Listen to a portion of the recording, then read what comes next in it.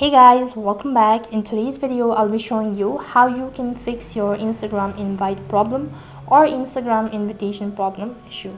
Now recently Instagram has updated their latest feature, so I'll be showing you what actually the feature is. Now if you open up your Instagram application and then log in into your account, now here you go, these are all the Instagram feed.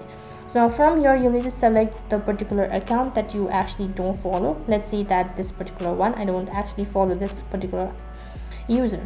So then you'll need to click on the message icon. As soon as you've done that, you can see right at the bottom there is the reminder or a statement stating that you can only send one message in this invite.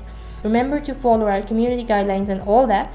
So you can only send message one time. So you can type in as long as you want, but you can only send one time. Now there is no such alternative method. So here you can see that as soon as I type in this message, now I need to wait for this particular user to accept my request or maybe accept my invitation so that I can send him more messages. Only then I'll be able to send him more messages. You do whatever, but there is no such alternative or there is no such features that can remove this particular update. So basically you'll not be able to remove this feature, and this is actually an update for a security purpose that has been added by Instagram. So actually this is not a problem, so this is actually available in all the part of the country. So that is basically how you can actually update, and that is basically how you can fix your Instagram invite problem.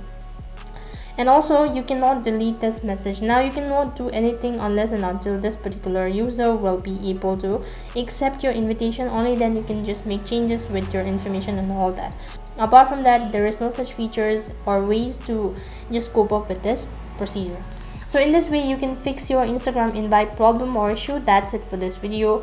I hope the video was helpful. Make sure to like, share and subscribe to our channel. Thank you for watching. See you in the next video.